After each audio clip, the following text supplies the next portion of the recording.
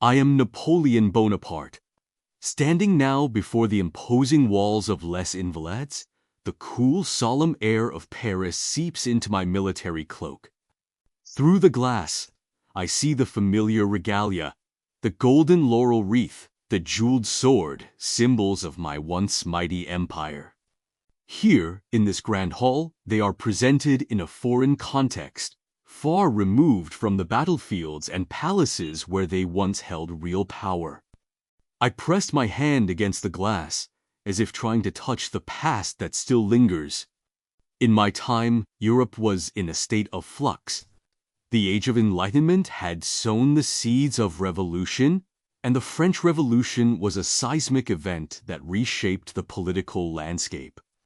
The Ancien Regime, with its rigid social hierarchy and absolute monarchy, was overthrown. The concepts of liberté, égalité, fraternité echoed through the streets of Paris. I emerged from this chaos, a young military officer with ambition and a vision. I aimed to bring order out of the anarchy that followed the revolution.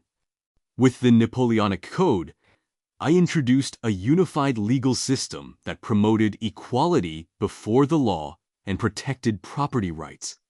It was a cornerstone of my efforts to build a modern nation-state. On the battlefield, I employed innovative military strategies, such as the use of massed artillery and rapid maneuvering. The Battle of Austerlitz was a masterpiece of military tactics, where I outmaneuvered the combined forces of Austria and Russia. It was a battle that solidified my reputation as a military genius and expanded the reach of the French Empire.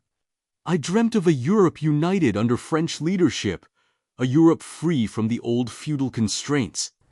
I crowned myself emperor not out of vanity, but to assert the power and independence of France. I believed that through my rule, I could spread the ideals of the revolution across the continent.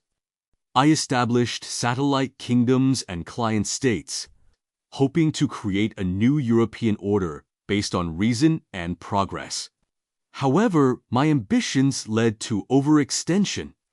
The Peninsular War in Spain became a quagmire, draining my resources and manpower. The disastrous invasion of Russia in 1812 was a turning point. The harsh Russian winter, combined with the scorched earth tactics of the Russian army, decimated my Grand Army. It was a strategic blunder that weakened my hold on power. Now, I stand here, looking at these relics of my past.